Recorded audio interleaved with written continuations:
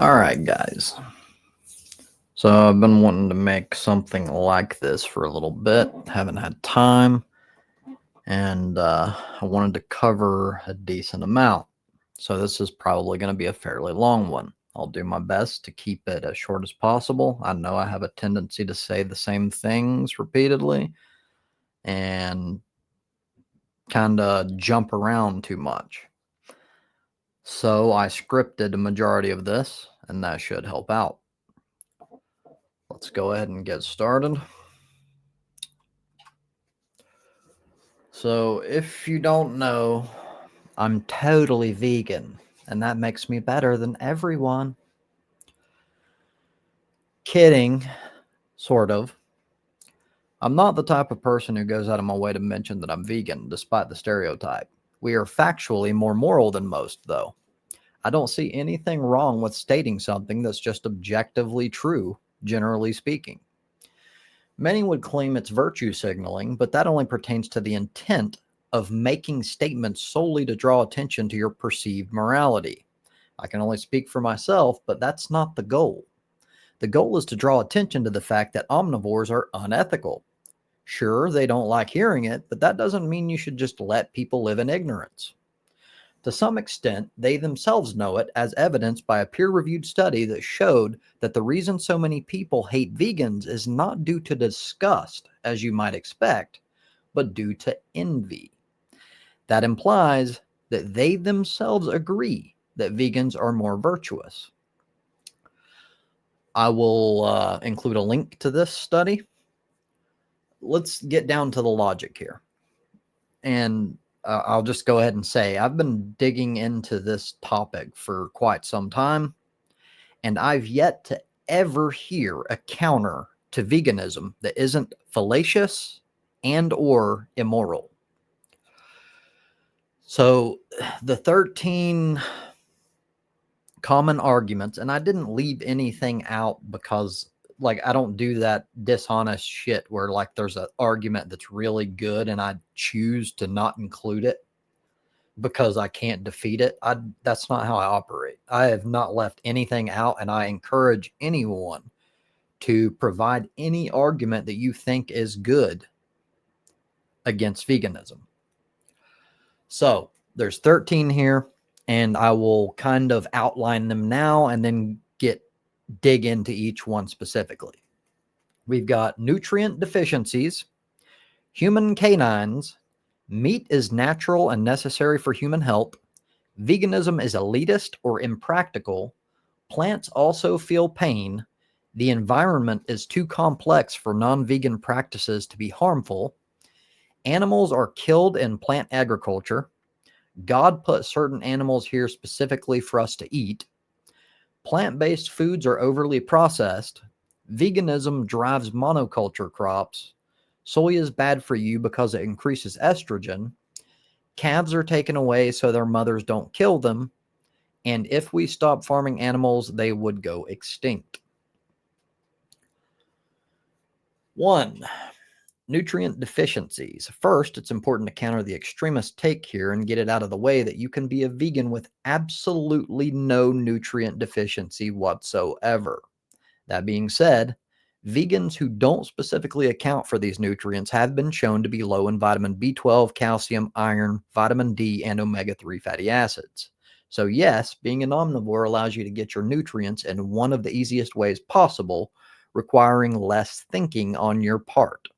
I'd say that purposefully causing suffering and even death to animals far outweighs spending a little extra time making sure you know what to eat or supplement with in order to get all of your nutrients. To argue otherwise is essentially just saying, yeah, having to do research is mildly annoying, can't be bothered, which to me shows your lack of moral conviction and absolute selfishness. Human canines. Many claim that the presence of canine teeth in humans is proof that we are designed for eating meat. The presence of human canine teeth doesn't mean we are meant for meat eating, as our canines are blunt and not sharp enough for tearing raw flesh like true carnivores. Many herbivores, such as gorillas, have larger and sharper canines than humans, and our digestive system is more aligned with processing plant-based foods. Humans have adapted to eat meat through tools and cooking, not by dental design, and canines serve other purposes like protecting back teeth and aiding speech. 3. Meat is natural and necessary for human health. The argument that meat is natural and necessary for human health can be debunked by acknowledging that humans are adaptable omnivores who can thrive on a variety of diets, including wholly plant-based ones, which with careful planning and supplementation. Debunking meat is natural. Omnivorous by evolution, not obligate carnivores. Human anatomy and digestion show adaptations for both plant and animal foods, classifying us as omnivores, not obligate carnivores, animals that must eat meat to survive.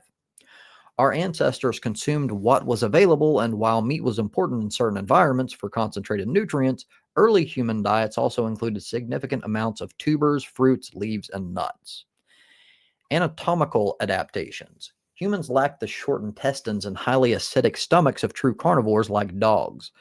Our longer digestive tracts are better suited for breaking down plant fiber, similar to herbivores. Our teeth are also a mix of incisors for cutting plants and canines for tearing flesh, but the canines are not as pronounced or specialized as those of true carnivores. Modern context versus ancestral life. The naturalness argument often ignores that modern industrial farming and food availability are vastly different from ancestral hunter-gatherer societies. What was necessary for survival during food scarcity in the Paleolithic era is not a requirement in today's world of global food supply and nutritional knowledge. Damn it, I keep hitting the wrong damn button. This does not work the same as the way I typically do this.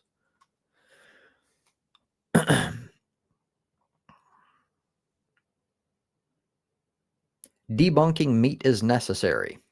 Nutrient availability in plants. With the exception of vitamin B12, which is produced by bacteria and requires supplementation or fortified foods in a strict vegan diet, all essential nutrients found in meat, including protein, iron, zinc, omega-3s, and various vitamins, are available from a variety of plant-based sources. Complete protein. While animal products offer all essential amino acids in a single serving, plant-based diets can easily provide complete protein by consuming a variety of protein-rich plant foods like beans, lentils, tofu, and whole grains throughout the day. Health benefits of plant-based diets. Appropriately planned vegetarian and vegan diets are considered healthful, nutritionally adequate, and may provide health benefits in the prevention and treatment of certain diseases. Studies suggest that individuals on plant-based diets often have a lower risk of heart disease, type 2 diabetes, high blood pressure, high cholesterol, and some cancers. Potential health risks of high meat consumption. The World Health Organization classifies processed meat as a Group 1 carcinogen and red meat as a Group 2A carcinogen, probably carcinogenic to humans. High consumption of red and processed meat is linked to poor health outcomes, including an increased risk of stroke and certain cancers. In summary, while humans have an evolutionary history that includes meat consumption and can be part of a healthy omnivorous diet, it is not an absolute biological or nutritional necessity for modern human health and survival. 4.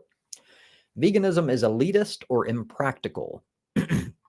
The argument that veganism is elitist or impractical can be debunked by highlighting that a healthy, whole food vegan diet based on staples like beans, lentils, rice, and seasonal vegetables is often cheaper than a diet including meat and dairy. The perception of elitism often stems from expensive processed vegan specialty products, which are optional luxuries, not necessities. Addressing the elitist argument. Whole foods are affordable. Staples such as beans, rice, potatoes, oats, and lentils are some of the most inexpensive and calorie-dense foods available. Per gram of protein or per calorie, these items are typically much cheaper than animal products, which means people can eat a healthy, satisfying diet on a low budget. Cultural roots, not a, quote, Western trend. Plant-based diets have been a staple in many cultures, including parts of India and communities practicing Rastafari, Ital diet, for thousands of years due to tradition, ethics, or necessity. The modern Western perception of veganism as a new elite trend often ignores these deep-seated global histories. Privilege of choice. While access to diverse, nutritious food is a privilege, many in food deserts are experiencing poverty lack. This is a systemic issue of inequality within the food system, not a flaw of veganism itself. For those who do have the choice, opting for affordable plant-based food challenges the exploitative industrial animal agriculture system that often harms low-income workers and communities. Meat as the luxury. Historically and globally, regular meat and dairy consumption has often been a sign of wealth or privilege, with plant-based staples forming the foundation of most diets. Addressing the impractical argument. Simplicity and accessibility. A vegan diet is simple and can be built around readily available basic ingredients found in nearly all grocery stores. It does not require special health food stores or expensive supplements beyond a cheap, reliable B12 supplement. Nutrition and health. Major dietetic associations confirm that properly planned vegan diets are nutritionally adequate for all stages of life. Protein needs are easily met with varied plant sources like legumes, nuts, seeds, and grains. Time and skills. The argument that a vegan diet requires significant time or cooking skills overlooks that many traditional plant-based meals, example rice and beans, lentil soup, are simple to prepare and can be made in large time-saving batches, as far as possible and practicable. Veganism, by its common definition, is a lifestyle that seeks to eliminate animal products as far as possible and practicable. This flexible ethical framework acknowledges that individual circumstances, example extreme poverty, lack of food access, health conditions, may create exceptions without invalidating the core philosophy. Ultimately, the argument that veganism is elitist often conflates an ethical stance with an image created by consumer culture and marketing of luxury alternatives.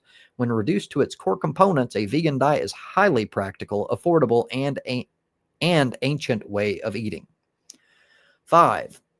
Plants also feel pain. This is a fad talking point that was created due to people misunderstanding what scientists meant when describing reactions plants have, leading them to think that they feel pain just like we do. Do plants feel pain? In short, no. It's notoriously difficult to prove the non-existence of something, and doubly so when that thing is a subjective experience like pain. That said, almost everything we know about plants suggests that they aren't capable of feeling pain, or anything for that matter. For one, plants don't have nociceptors, nervous systems, or brains. In species that do experience pain, the nervous system and the brain are both integral to that experience. The nervous system detects a noxious stimulus, and the brain creates the sensation of pain when it receives this message from the nervous system. As mentioned earlier, the existence of phantom limb pain means that it is possible for someone to experience pain without having nociceptors at the site of the pain. But it's not possible to experience phantom limb pain without a brain and a nervous system, and the phenomenon of phantom limb pain suggests that pain is ultimately constructed in the brain. Plants definitely perceive and respond to touch and temperature changes, but I am disinclined to say they, quote, feel. Dr. Elizabeth Van Valkenburg, a plant biologist, wrote in Psychology Today. The whole business of feeling relies on a brain, and plants don't have brains. I'll include the link to this source.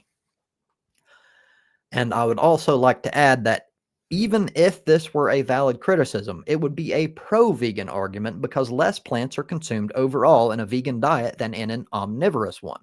I don't think most people realize that livestock uses 77% of all agricultural land when grazing and feed crops are combined.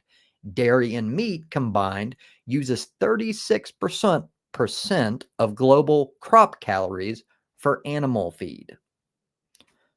So even if it were true, that wouldn't be a valid point. 6. The environment is too complex for non-vegan practices to be harmful.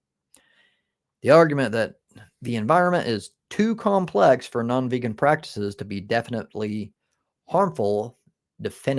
harmful, or for individual choices to matter is flawed because scientific evidence consistently demonstrates the significant and specific negative impacts of animal agriculture across multiple interconnected environmental metrics. While ecosystems are indeed complex, this complexity does not obscure the clear large-scale harm caused by the livestock industry. Key flaws in the too complex argument. Overwhelming scale of impact. The claim of complexity downplays the sheer scale of animal agriculture's footprint. The industry is a major driver of greenhouse gas emissions, around 14.5% globally, with some estimates higher for the entire food system. Accounts for a significant majority of agricultural land use, 83% of farmland, despite providing only 18% of calories, and consumes massive amounts of water. These are not minor, difficult to trace effects. They are large scale, measurable impacts that fundamentally alter ecosystems. Clear cause and effect relationships, specific direct cause and effect relationships, are well documented. Deforestation. Around 80% of Amazon deforestation is attributed to cattle ranching and land needed for animal feed crops like soy. This directly impacts biodiversity and carbon sequestration, releasing stored CO2 into the atmosphere. Methane emissions. Ruminant animals like cows produce significant amounts of methane, a potent greenhouse gas, through enteric fermentation. This is a direct, quantifiable contribution to global warming. Water pollution. Manure and fertilizer runoff from livestock operations are primary sources of water contamination, leading to eutrophication, dead zones, in aquatic ecosystems and harming human water supplies. Comparative evidence is consistent. Numerous life cycle assessments, LCAs, consistently show that across a wide range of metrics, GHGs, land use, water use, pollution, plant-based foods have a substantially lower environmental impact than animal products. While specific production methods can vary in impact, the general trend is overwhelmingly clear. Animal-based diets are more resource-intensive on average. Individual actions accumulate. The argument often implies individual choices are insignificant within a complex system and appeal to futility. However, scientific models demonstrate that collective dietary shifts can have a massive cumulative effect. For example, some researchers suggest that widespread adoption of plant-based diets could reduce global farmland use by 75% and significantly cut food-related emissions. Systems are made up of individual parts, and collective actions require systemic change. In essence, while the entire global ecosystem is complex, the specific linear impacts of industrial animal agriculture on key environmental indicators, climate change, resource depletion, biodiversity loss, are robustly documented and clearly understood by the scientific community. The argument for complexity often serves to obscure these established facts rather than representing a genuine scientific uncertainty.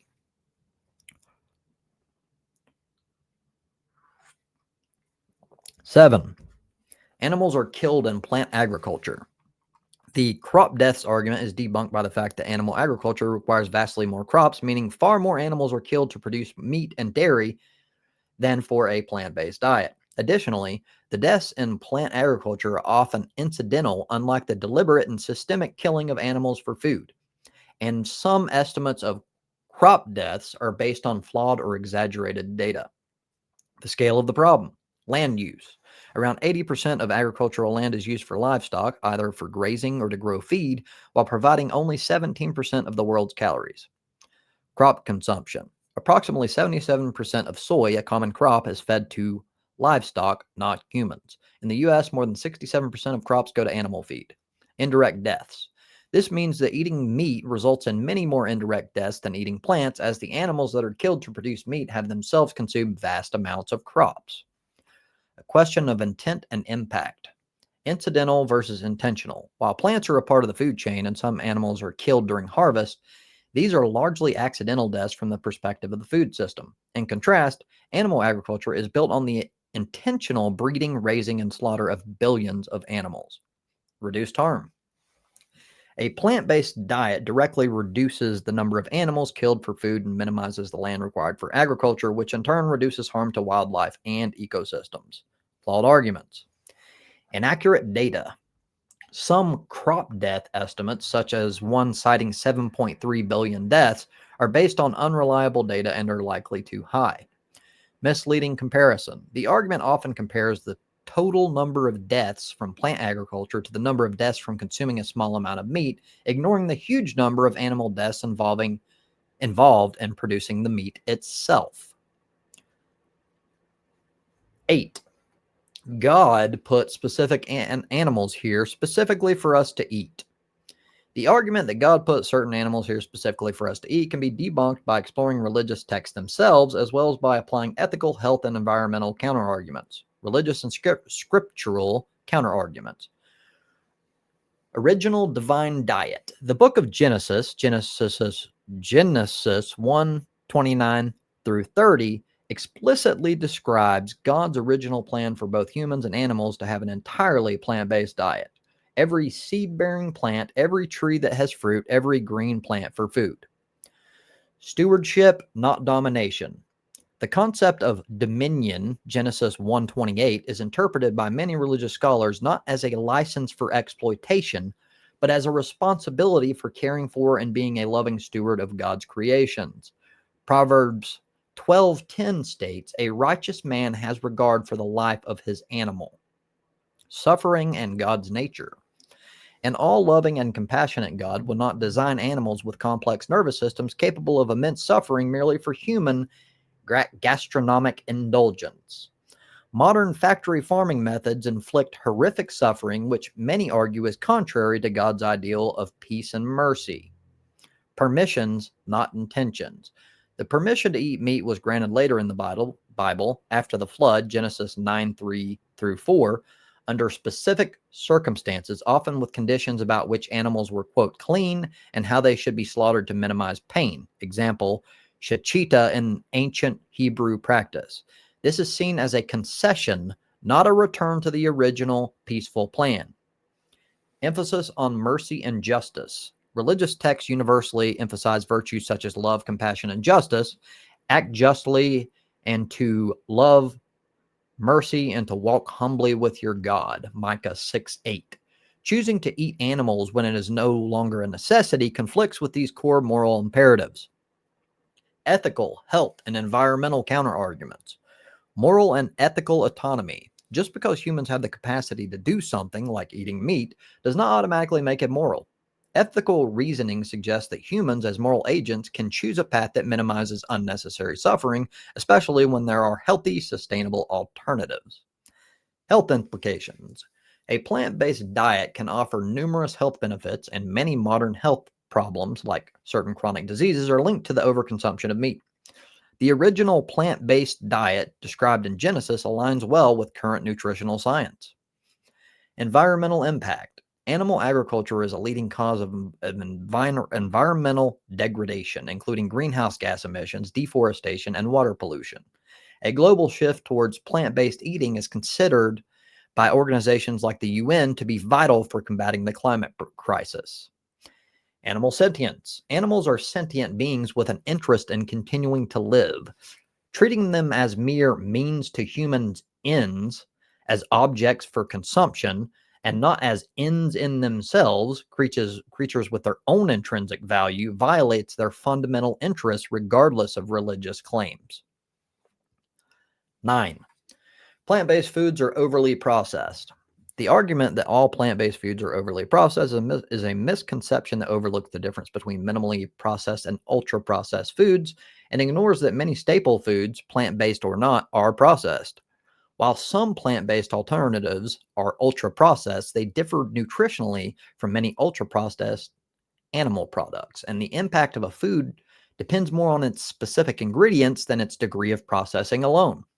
The health impact varies widely, and the focus should be on which specific foods are being consumed and whether they are minimally processed, whole foods, or highly processed alternatives. Why the argument is a misconception.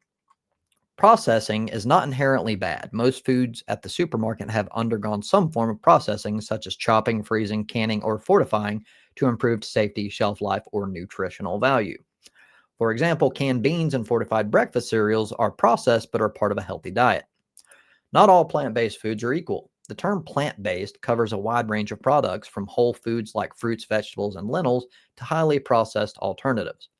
The argument unfairly lumps all plant-based foods together, ignoring the benefits of whole and minimally processed plant foods. Nutritional differences matter.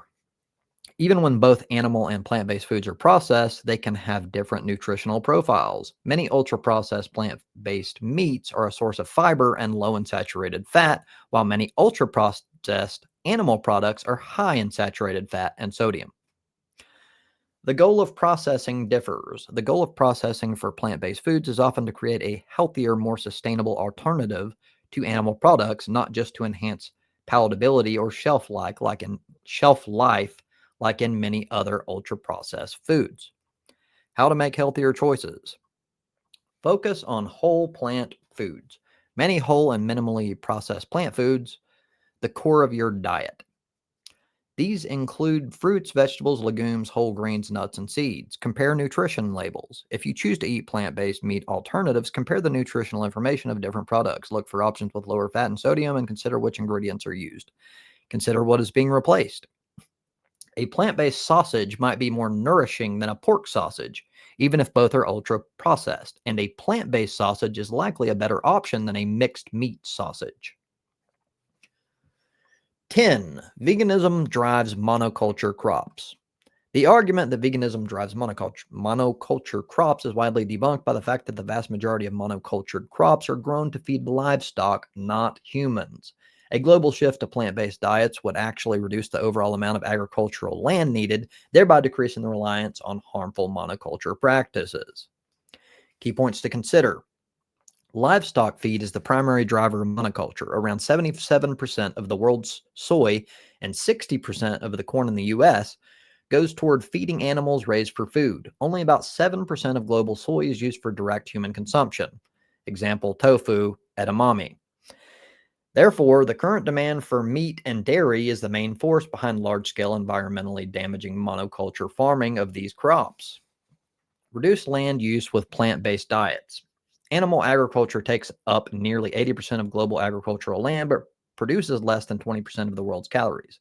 If the world shifted to a plant-based diet, global land use for agriculture could be reduced by as much as 75% because the crops would be consumed directly by humans, eliminating the massive energy and land loss that occurs when feeding crops to animals. This reduction in land would allow for the restoration of ecosystems and increased biodiversity. Monoculture is an agricultural problem, not a, quote, vegan problem. Monoculture is a prevalent industrial farming method used across both plant and animal agricultural supply chains due to its short-term profitability and efficiency, not because of the specific dietary choices of the small percentage of the global population that is vegan, around 1%. A lesser evil. While no form of large-scale agriculture is entirely without environmental impact or animal harm, plant-based diets are consistently shown to be less harmful than diets including animal products. The goal of veganism is to reduce harm as far as is practicable and reasonable, and consuming plants directly is a significantly more efficient use of resources than first feeding them to livestock. 11. Soy is bad for you because it increases estrogen. The argument that soy is bad for you because it increases estrogen is a myth based on a misunderstanding of phytoestrogens, which are plant-based compounds that have a much weaker effect than the body's own estrogen. Current research shows that soy does not significantly impact reproductive hormones or cause infertility, and for some, it may help with menopause symptoms and heart health. The effects of soy are complex, but the weight of evidence suggests that consuming whole soy foods is safe and can be part of a healthy diet. Why the soy estrogen link is a myth. Phytoestrogens are not the same as human estrogen. Soy contains isoflavones, which are a type of phytoestrogen. They have a similar chemical structure to human estrogen, but they are much weaker and do not act the same way in the body. They can act as a block. Because of their weaker binding affinity, phytoestrogens can bind to estrogen receptors and actually block the effects of the body's own more potent estrogen. Studies show no hormonal disruption. Numerous studies have found no evidence that soy consumption affects hormone levels in men or women. No link to early puberty. There is no evidence that soy formula causes early puberty in children. Potential benefits of soy. Heart health. Soy may help improve heart health by lowering LDL, bad cholesterol. Menopause relief. Some research suggests soy isoflavones can help alleviate menopause symptoms like hot flashes. Bone health. Some evidence indicates that soy isoflavones may help reduce bone loss in postmenopausal women. Important considerations. Whole versus processed soy. The benefits are associated with whole soy foods. Highly processed soy products may lack these benefits and can be high in sodium. Allergies. Soy is not safe for people with soy allergies. Medical conditions. If you have a specific medical condition, especially a thyroid condition, it's always best to consult a doctor before making significant dietary changes, as soy can interfere with certain medications. 12. Calves are taken away so their mothers don't kill them. The argument that calves are taken away from their mothers to prevent the mothers from killing them is a myth and largely inaccurate. In reality, mother cows have strong maternal instincts and bond quickly with their calves, often becoming fiercely protective. The primary reasons for early separation in the dairy industry are related to farm management, economics, and calf health in a farming environment, not the mother's aggression. I don't think this particular one requires any more of a deep dive. 13. If we stop farming animals, they would go extinct. Now, there's sort of two parts to this, and I'll break them down one by one. Despite our best efforts, the entire world is not going to go vegan overnight, and so we simply won't have the problem of what to do with all those animals currently existing inside farms. Even if we somehow manage to persuade everyone on the planet to go vegan within the next 6 months, farmed animals are killed so young that the vast majority of those who are currently alive would not be by then. Society's move toward veganism is sure and steady, but a fully vegan world is not imminent. As more people transition to veganism, there will be a gradual reduction in the number of animals bred, reared, and slaughtered in line with this reduced demand. Animals are bred in response to market demands. They are not bred anyway in the hope someone will buy the product. Year by year, as more people stop buying meat, milk, and eggs, we would expect to see fewer animals bred until one day all farmers will instead be growing beans, broccoli, and beetroot. And don't worry, farming jobs would not be lost in a vegan world since producing vegetables is more labor intensive than farming animals, so that's good news for everyone. As far as extinction goes, farmed breeds are not natural. They were specifically bred into being by people who wanted certain physical traits, such as large muscles or high milk yields, even though these money-making traits also cause a lot of suffering. Commercial breeds of turkeys and broiler chickens, for example, are bred to put on a lot of weight as quickly as possible, and as a result, their joints are painful, their hearts are weak, and they are prone to bone breakages. It is right that these poor creatures are not bred to be this way. While these commercial strains of poultry may die out, that does not mean an end to all poultry breeds. Plenty will survive in sanctuaries and homes where their right to life is not predicated on what humans can get out of it. And many more natural breeds would ideally survive in the wild. They would need the right habitat, of course, but that would be easier to provide for them, as a vegan population would need a lot less land for farming. Extinction of farm species is not therefore a concern, but the extinction of wild species is a very pressing issue. Up to 1 million species currently face extinction because of the activities of humans, according to the United Nations. Deforestation, habitat destruction, and climate change together are driving the current mass extinction event, and behind all three is animal agriculture. Forests are raised to make way for grazing or to grow crops to feed animals. The oceans are decimated not just for human consumption, but so that caught fish can be rendered into feed for farmed animals. And 14.5% of human-generated climate-changing gases comes from farming animals. I'll leave a link to this source as well. So, wrapping up here. There are three main categories where veganism makes for a better world: environmental, ethical, and health. Many of the environmental and ethical considerations were already covered to some extent, although I may make another video to delve deeper at a later date. I will go a little bit more into health benefits, though. A vegan diet can have several positive health benefits, such as a lower risk of heart disease, type 2 diabetes, and certain cancers, along with improved weight management and gut health. These benefits are often linked to a higher intake of fiber, antioxidants, and other nutrients from fruit, vegetables, whole grains, nuts, and seeds, and a lower intake of saturated fats and cholesterol. Cardiovascular health. Lower cholesterol and blood pressure. Vegan diets are typically lower in saturated fat and cholesterol, which can help lower blood pressure and reduce the risk of heart disease. Reduced risk of heart disease. Studies show a lower risk of cardiovascular disease among vegans compared to non-vegans. Weight management. Lower body mass index, BMI. Vegans often have a lower BMI, which can contribute to a lower risk of obesity. Supports weight loss. A vegan diet, especially one rich in whole foods, can be lower in calories and saturated fat, aiding in weight management. Reduce risk of diseases. Lower risk of type 2 diabetes. Research indicates that plant-based diets can improve blood sugar control and increase insulin sensitivity, lowering the risk of developing type 2 diabetes. Lowering risk of certain cancers. A diet high in fruits, vegetables, and fiber is associated with a reduced risk of certain types of cancer. Digestive health. Improved gut health. Vegan diets are typically high in fiber, which promotes a healthy digestive system, prevents constipation, and supports beneficial gut bacteria. Other benefits. Nutrient rich.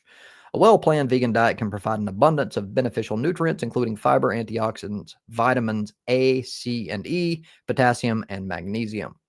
Reduced inflammation. Many plant foods contain antioxidants and phytonutrients that have anti-inflammatory properties.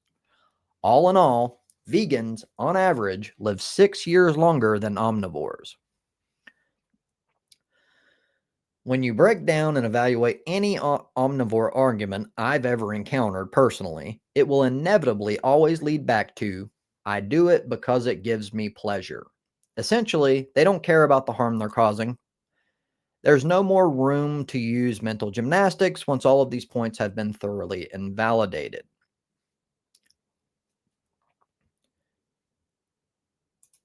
If you believe that you have some logical, worthwhile arguments against veganism, feel free to share them. In the meantime, I think that all of this data speaks for itself. Thank you for your time.